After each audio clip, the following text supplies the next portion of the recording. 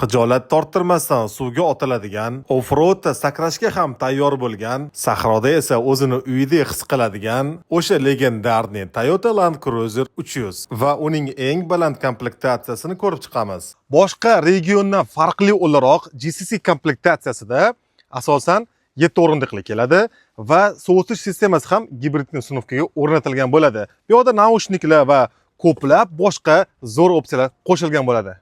Eng maksimal komplektatsiya bo'lganligi uchun cruise control, adaptivniy cruise control, radar datchiklari ham bo'ladi. Xohlasangiz surishtirib ko'ring, boshqa opsiyalarda, boshqa regionlarda bu opsiyalar kelmasligi mumkin. Off-road datchiklari, blokirovkalari hammasi mavjud bo'ladi.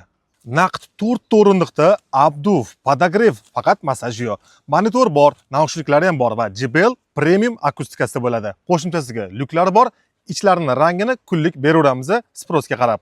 Aynan radar datchikli VXR'lar eng qimmati va eng balandlardan hisoblanadi va yapon brendining eng kuchli motorlaridan turibdi. 3.5 twin turbo V obrazli 6 ta silindr gibridni ustunovka o'rnatilgan bo'ladi va uni hisobiga ma'lumotli qaralganda 15 litr atrofida rasxod qilib berish ham mumkin ekan va qo'shimchasiga eng baland ot kuchi ham Toyota'da hozir shu bo'ladi.